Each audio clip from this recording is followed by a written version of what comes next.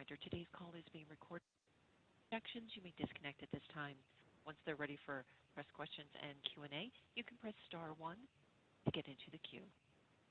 Continue to hold.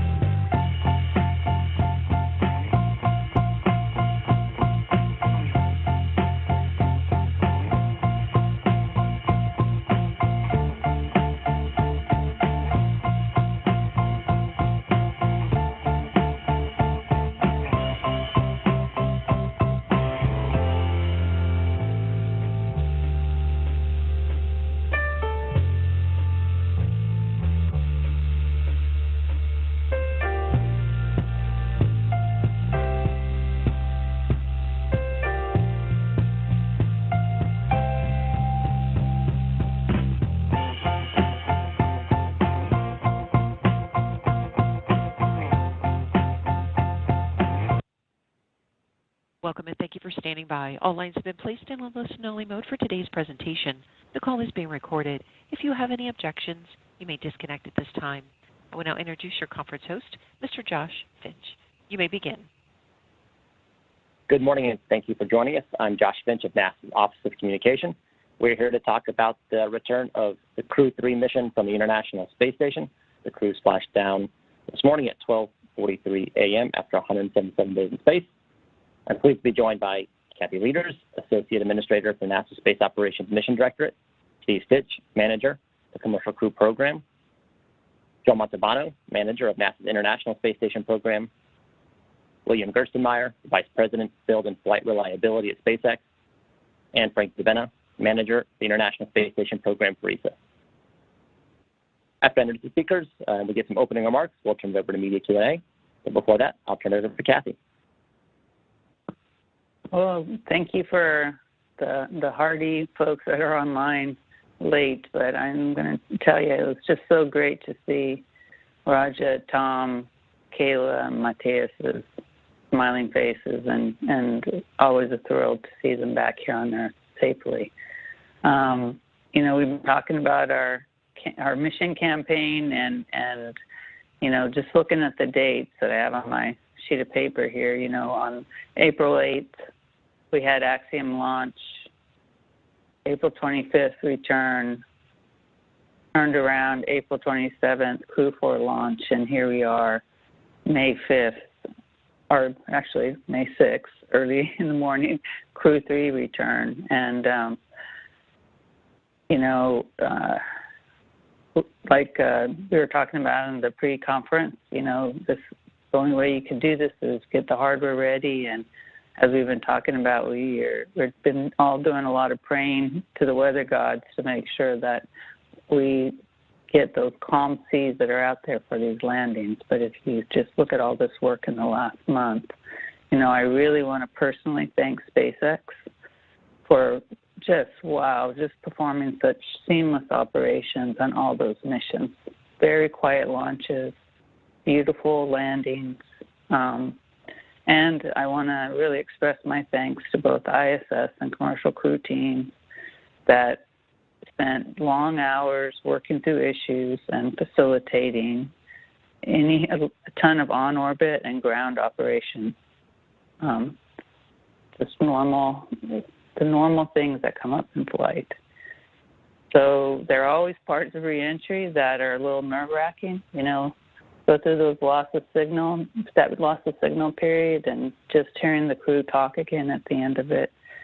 And it's always a huge relief just seeing those drogues deploy and seeing those 4 mains unfurl so beautifully. So I'm thrilled that we can once again safely hand over our crews to their friends and families. And now maybe Joe and Steve and Thurston, the SpaceX team, and we can all maybe take a few days of rest. But really want to thank the team.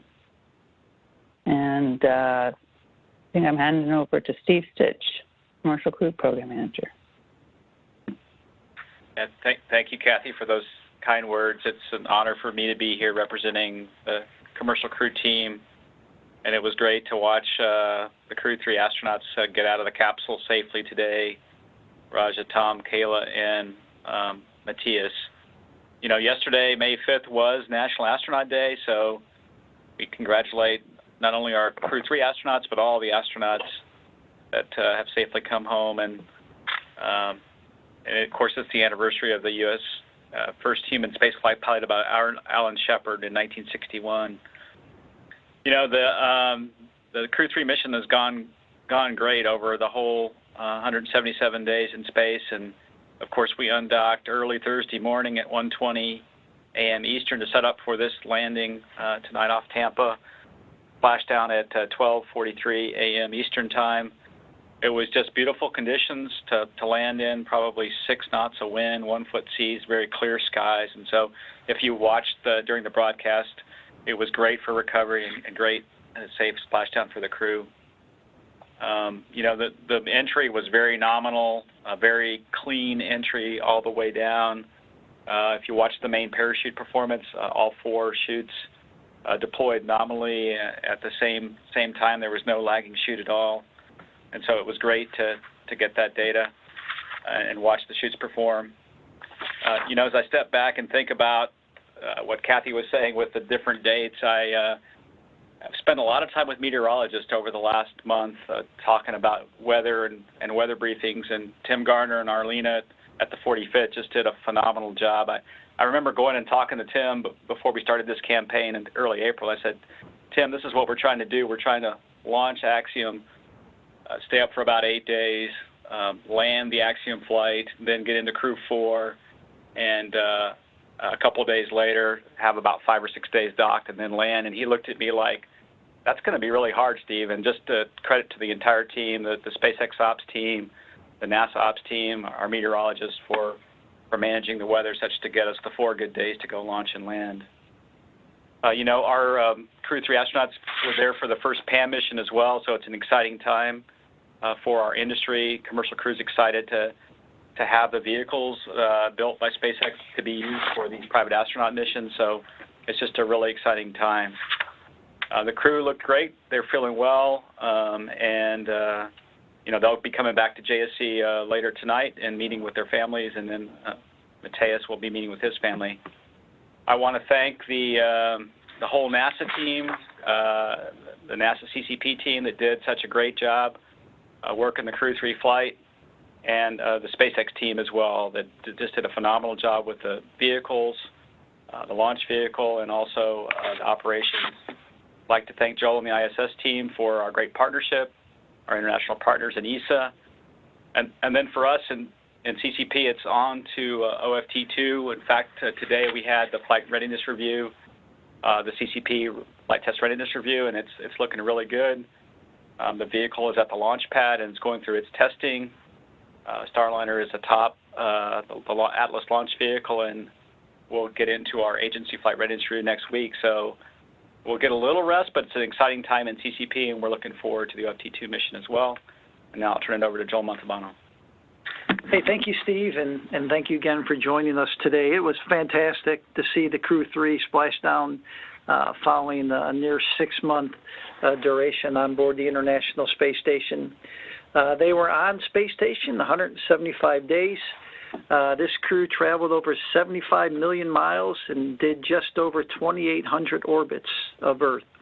They saw 8 visiting vehicles arrive and the departure of 7 visiting vehicles.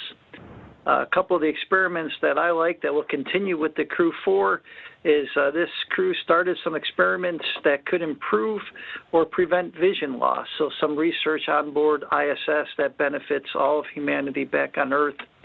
They also did some plant experiments. They started a plant experiment to grow plants without soil or any other growth material. And this is important as we continue to use Space Station as a test bed as we look forward to exploration and going back to the moon and then eventually to Mars. No rest for the weary. As we finish this mission, we look forward. Steve mentioned the OFT-2 mission. I think I talked just a few days ago that mission will be carrying up about 500 pounds of cargo to the International Space Station and returning almost 600 pounds of cargo. And then right after that, in early June 7th, we'll be looking at the Spacex cargo mission, again, delivering science investigation supplies and equipment to the International Space Station. On board, the Crew-4 continues, just without missing a beat. Those guys had a really good handover with the Crew-3, and we're looking forward to having them up until the September timeframe. We have sent a message to the Crew-4. They are awake. They're in their kind of the preparation activities for today, and we'll be talking to them at the morning planning conference in about an hour. Huge thanks again to the SpaceX team, the Commercial Crew Program, all the ISS people that have worked to put this together, our international partners. We do this as a team across the globe to make these missions successful, and just a huge thanks. So with that, let me hand it over to Gerst. Thank you very much. Again, thank you very much. And on behalf of SpaceX, it's a tremendous honor to be entrusted with carrying these crew to Space Station and back. Kathy talked about the dates and what we did, and I can tell you the SpaceX team worked days and nights to make sure that this was as safe as we could make it for the crew, and we didn't take any shortcuts. We worked as hard as we could to make sure, double check and triple check everything to make sure we're ready to go, and the vehicle performed extremely well today. It looked really clean, as everybody described. The crew did take a picture of a little piece of FOD that came off after they had departed Space Station. The crew did a great job as being part of the team. They actually snapped a very good picture for us. It looks like it's a piece of a frangible nut, very small, about an inch in diameter or so, that wiggled out after, and was actually there from launch all the way through the 175 days and then slightly drifted out during departure. It's not a risk to station, it's not a risk to Dragon, but it's something that we'll probably look at in the future. We didn't even think this little piece could actually wiggle out of this little tiny hole, but somehow it did, and the crew was astute enough to actually snap a picture of it, so we'll take a look at it and continue to improve and continue to make our spacecraft safer for crews in the future. So again, just a tremendous team effort. It's great to be part of this team. It's great to be entrusted to do this. It's really fun flying crew, and so I think was said earlier, seeing the crew get off safely on the ship and be home and know they're going to be back in Houston with their families is just pretty special. And with that, I'll turn it over to Frank. Yes, and good morning, everybody in the U.S. and as well here in Europe. First of all, a big thanks to SpaceX and the NASA teams for bringing the crew safely back home. As Bill just said, it's always nice to have the crew back after such a successful mission that they did for the entire crew, of course, for the entire partnership, but also for ESA. With all the science complement that Matthias did. This is, as I already said several times, the golden era of the International Space Station with 4 crew on board. Now we had, for a period of time, 8 crew on board. The number of science that we can do on behalf of our scientists here in ESA is just tremendous and outstanding. So thanks to the NASA teams and thanks to the SpaceX teams for us. Of course, this is for us was also a special mission because we had Matthias and Samantha together on orbit. It's not that often that we have 2 ESA astronauts together on orbit, and this also marks basically the investment that Europe is doing into space exploration. We have substantially increased our funding at our last ministerial conference in 2019. And the result is that we have now several astronaut flights in a row. We had Thomas Pesquet, Matthias, and now Samantha on orbit. We plan to do even bigger investment in the ministerial conference that's coming up at the end of this year.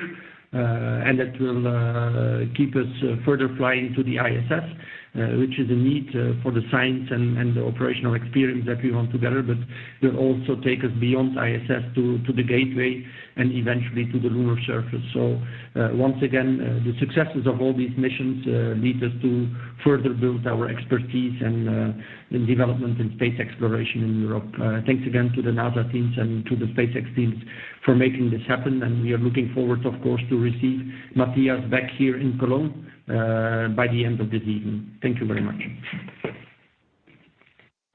Thank you, Frank.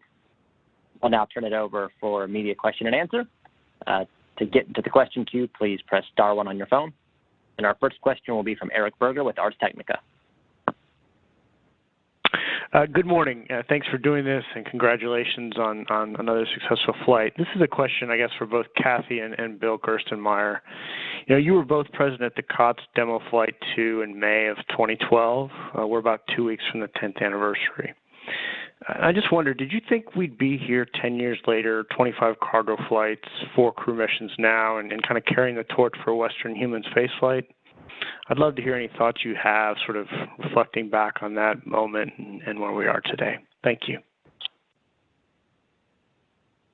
Gerst, you want to start?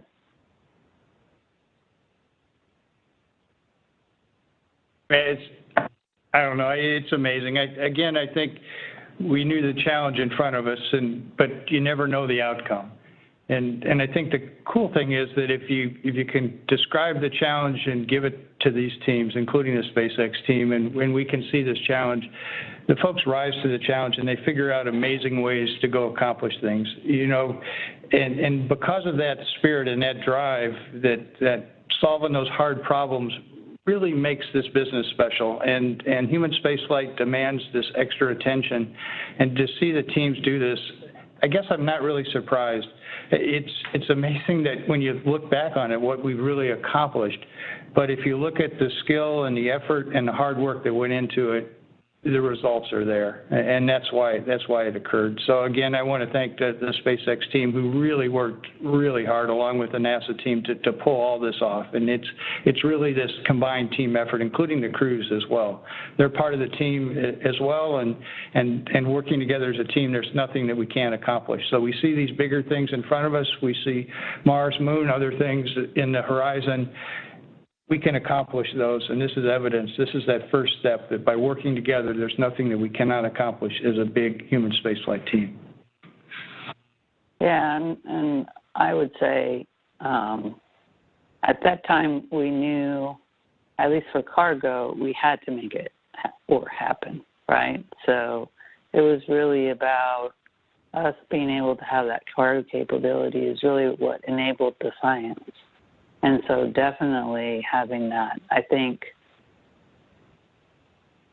for me, it's just been so much fun to see how much we've learned from that first mission and evolved. And as a team, the way we're doing missions now,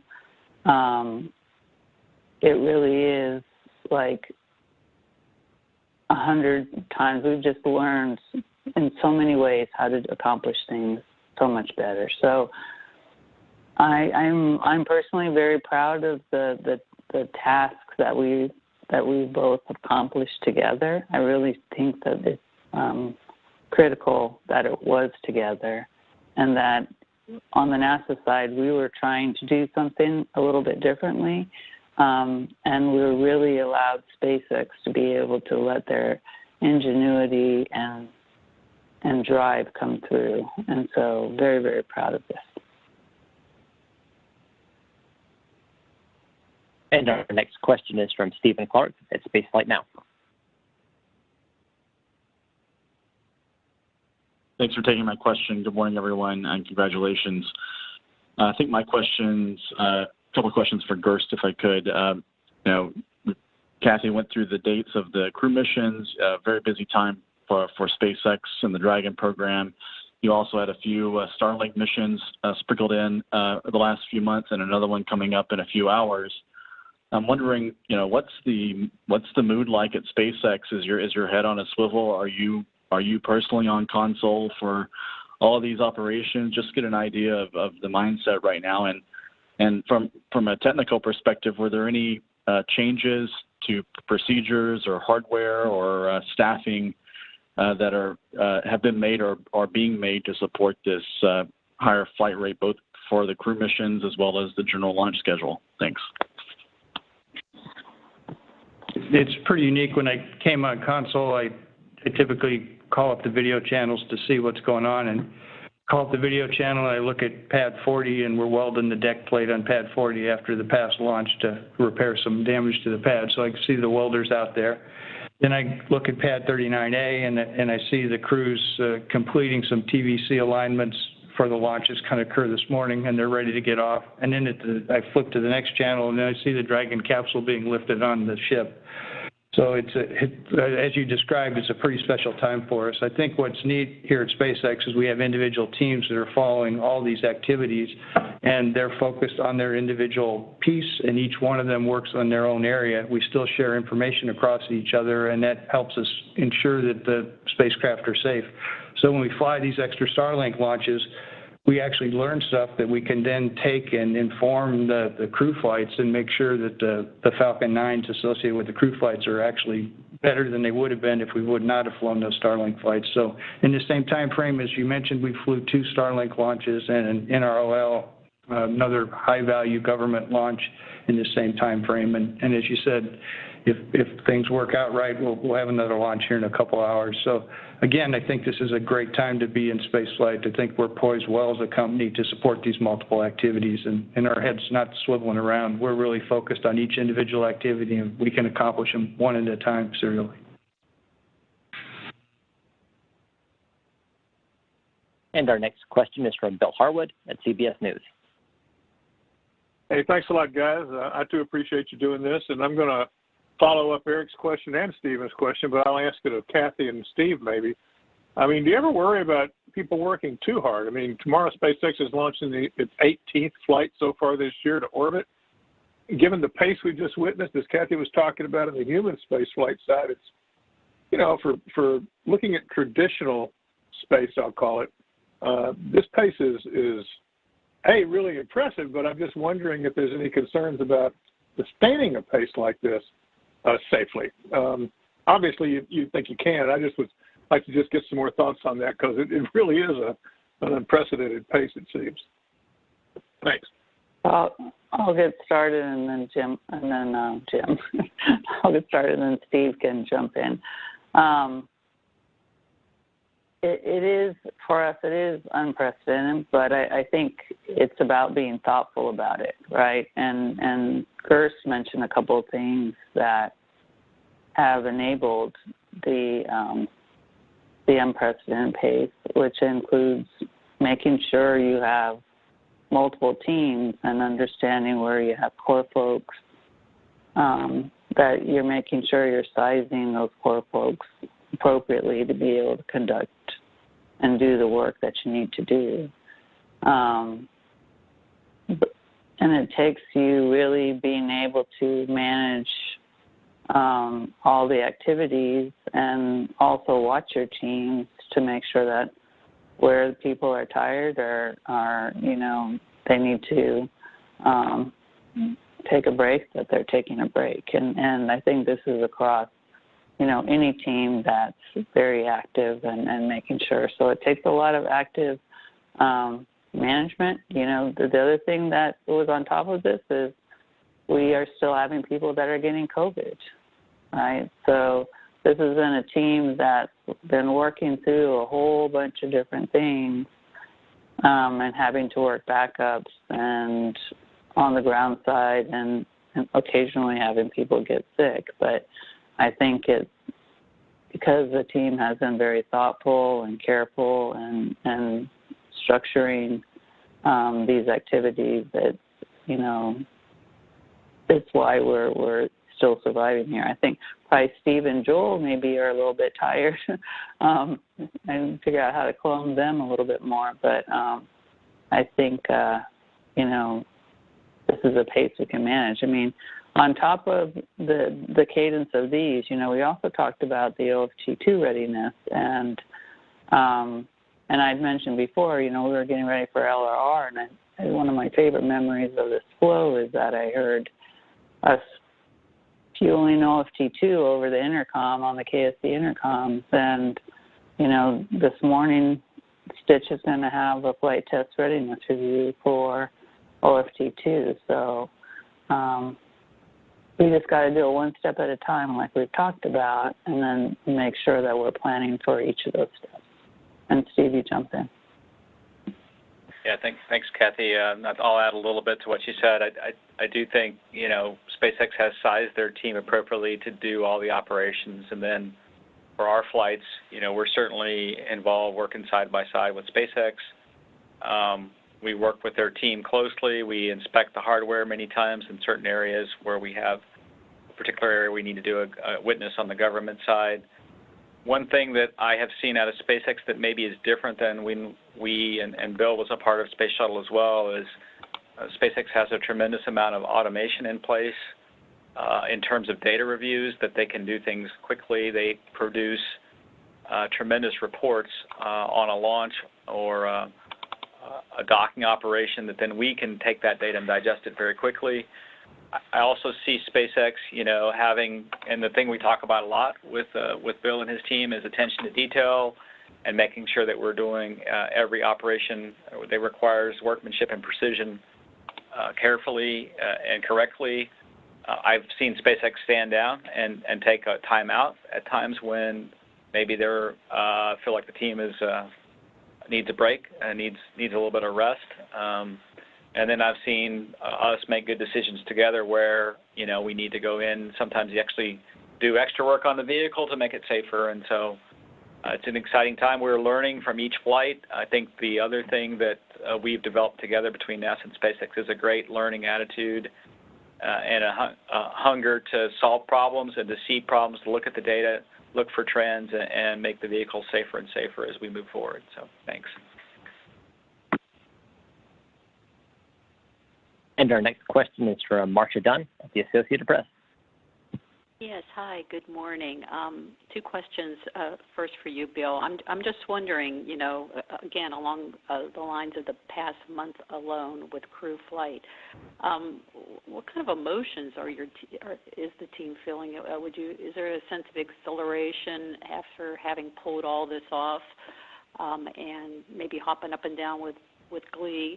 And for either Kathy or Steve, looking ahead to Starliner, for the first crew demo flight, are you going to pretty much stick with two astronauts for that like you did for the first SpaceX test flight, or might you be adding another person or two? Thanks.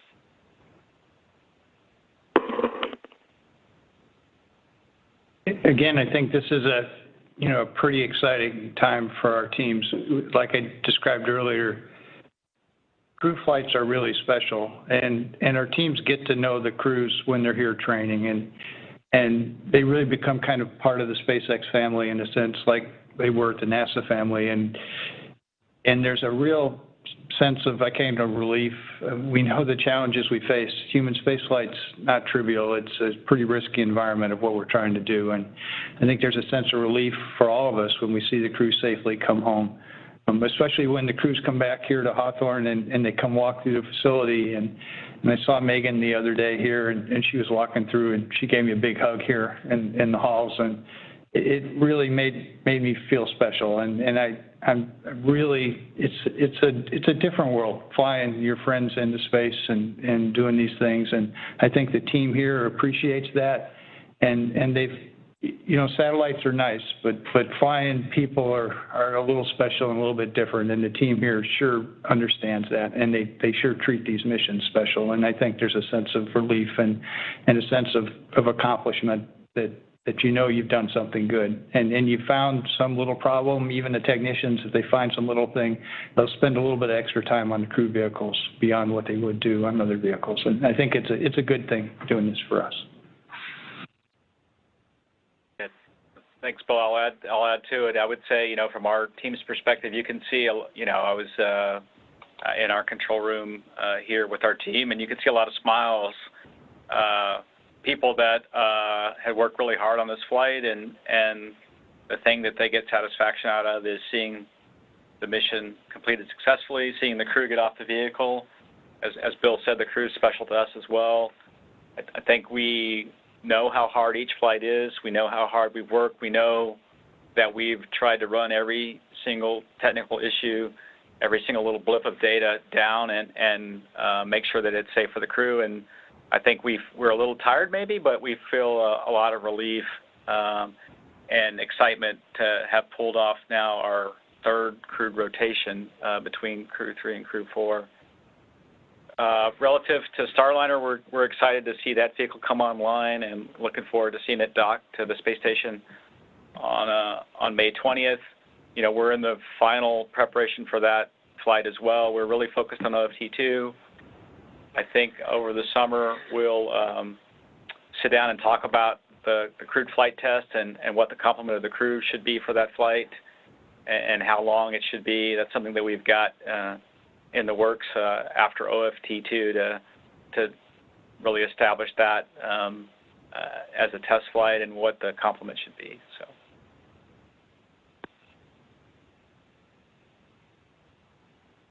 And our next question is from Mike Wall at space.com. Thank you, guys, and congratulations on the flight. Just a quick question, Gerst, could you go into a little more detail about what that piece was that kind of came off? Just what was it doing, and what was its job on the Dragon? And is it just like zero concern that this piece came off during the undocking? Could you just go in a little more detail about that?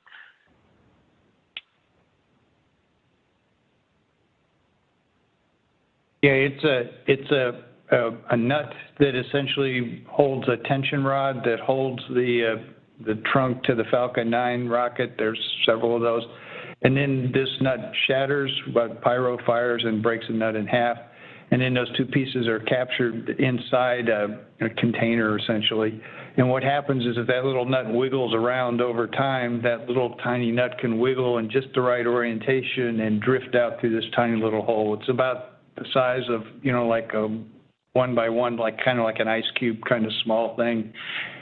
We didn't think it could ever wiggle out of the hole, but it appears that it can, and we'll confirm that with some ground tests. And then it's not a concern because the delta velocity is small, and then where it came off, it was far enough away from station and below station such a differential drag will take it away from station and won't be a concern overall. During EVAs, we jettison sometimes larger items and components and other pieces much larger than this small little piece. It's something we don't want to have happen, and we'll figure out the right way to go do. We don't necessarily want to make the hole smaller because this little rod has to transition out to actually create the separation, so we don't know exactly what the design change will be, but we'll look for a design change. But again, I think it's a tribute to the attention to detail that the crew was looking out. They happened to capture it, and they got an extremely clear picture. A lot of times we see FOD, and we can't determine what it is. Kayla did a really good job of getting a good enough image that we're pretty sure what it is. So we'll go off and confirm all that, make sure that it's right, and we'll go see what we need to go change in the future. But again, it's not a concern to station, not a concern to Dragon at all. But again, it shows the minute attention to detail we use for every flight and for everything we need to watch. Great, thanks.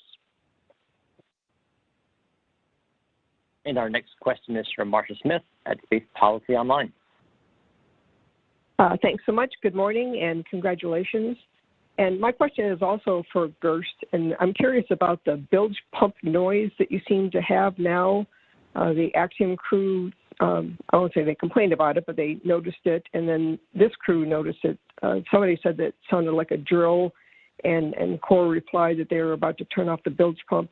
So is there something different going on there? Is there more water coming in so the bilge pumps have to run longer?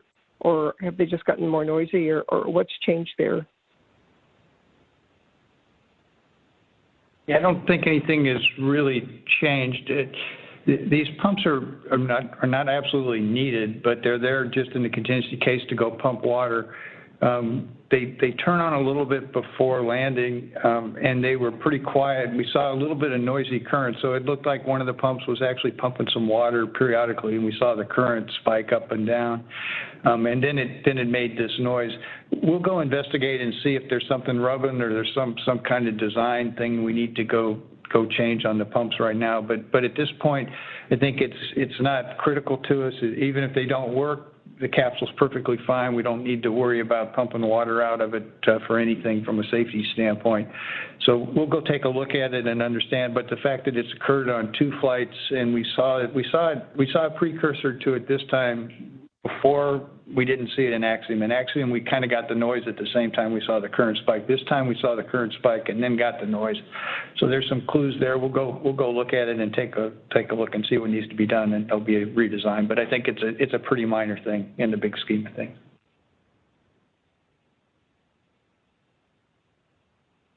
And our next question is from Will Robinson-Smith at Spectrum News 13. Hey, good morning, everyone, and congratulations on bringing Crew-3 back safely. Question for Steve. With OFT2 docking in a couple weeks, I know that the Crew-4 has the option of going aboard to check it out if they want to. Is there anything in particular that NASA is hoping that they would do while Starliner is docked to station? And then a question for Bill. Obviously you've got a lot on your plate for the rest of the year. Looking forward to the Psyche mission. How excited is the team at SpaceX to be able to fly a Falcon Heavy again, and how are preparations going for that? Thanks. Yeah, thanks, Will. I'll take the first question relative to Starliner. The Crew-4 astronauts are preparing for that docking. They will monitor the approach and docking from on board the space station. They've been trained to do that. They'll get another prep session to do that. Once a Starliner docks, they will open the hatch and go in. There's cargo that we're bringing up, that, as Joel talked about, that we'll use on the space station. And then, there's a few tests they'll do. One of them is communication between the vehicles while docked. They'll execute that, and a few other things while docked. There's a few other flight test objectives while it's docked. And so they're, Joel and I talked to the crew the other day. They're excited about Starliner coming, and you will go check it out and then learn from that test flight as well.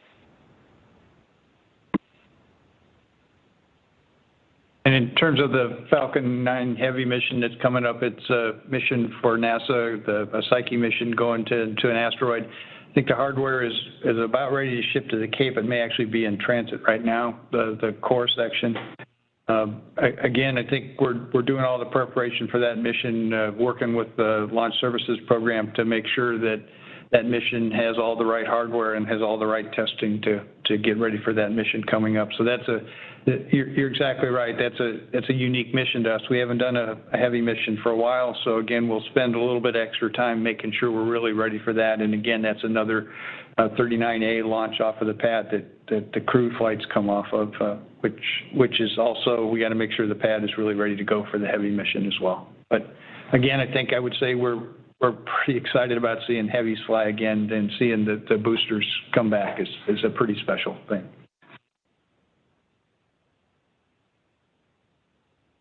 We have time for about 2 more questions, and our next is from Ken Kramer at Space Up Close. Hi, thank you for doing this, and congratulations on a great mission. My question is for Bill Gerstenmaier.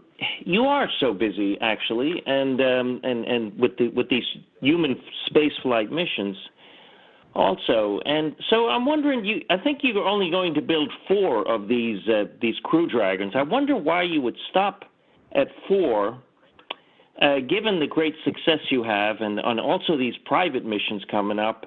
and they seem to be limited to 5 missions. So I wonder if you're rethinking that, and what can you do more than 5 missions with each one of these? Thank you. And reusability is a key thing for us, and we're planning on reusing these. We're working with NASA to get them certified for the 5 flights, maybe even certify a little bit beyond 5 flights. We think that the structure is good and can perform well beyond 5. There's not a magic number. We start out with kind of a certification number, and then we continue to actually look at the hardware and determine what its real life is. So I think we have basically the right number of Dragon capsules in place. We have a pretty extensive spares program of major components that we can rapidly put together into another capsule or use to outfit other pieces of capsule that are needed. Again, we'll continue to work with NASA, see what the future is, work with the private companies such as Axiom and see what the demand is. But right now, we're kind of aiming for the 4 that you've just discussed with us. Plus, and there's one more new cargo vehicle that is getting manufactured here in Hawthorne right now, and that'll complete, and then that'll be our last cargo vehicle we manufacture here in Hawthorne is the plan. But again, we'll have spares for both cargo and for crew, such that if anything occurs abnormally or not the way we intended, we've got the spares available to continue to keep flying and meet the needs of our customers. And our final question is from David Curley at the Discovery Channel. Thanks very much. First, I think I heard on the webcast, this kind of off the bilge question, that the Dragon capsule actually takes on some water at splashdown, I guess for buoyancy or to help right itself. Can you explain how that system works? Yeah, the way it works is that you can see it if you look at the video when the capsule gets raised and picked up on the ship where the parachutes were in the parachute compartment. There's quite a bit of water in there, and that's on purpose. That actually helps put the mass at the bottom of the vehicle, so then that keeps it in stable 1 condition so that it stays upright. So you actually want a little bit of water in the bottom to do that, and you can see that pretty clearly in the video. When the capsule gets lifted up on the ship, you see the water come splashing out. That's where it's coming from. It's coming from the compartment there. What the bilge pumps are is there's some other areas where we prefer from a turnaround standpoint to not get water in. So the bilge pumps there are in that area to try to keep the water out because salt water is corrosive to some components. It makes a little bit more of a turnaround if that activity does, or if those pumps don't work and get that water out of there. But again, they're not absolutely needed. It's more just a turnaround and ease of refurbishment for us. So the water's not pulled in; it's just through the open hatch area. Yeah, yeah. Yeah, it just kind of splashes into that area.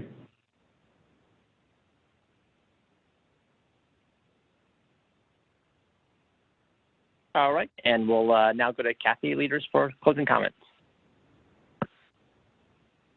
So I just wanted to wrap up with, I think all of us have said how great it was to see the crew and to see them safely home.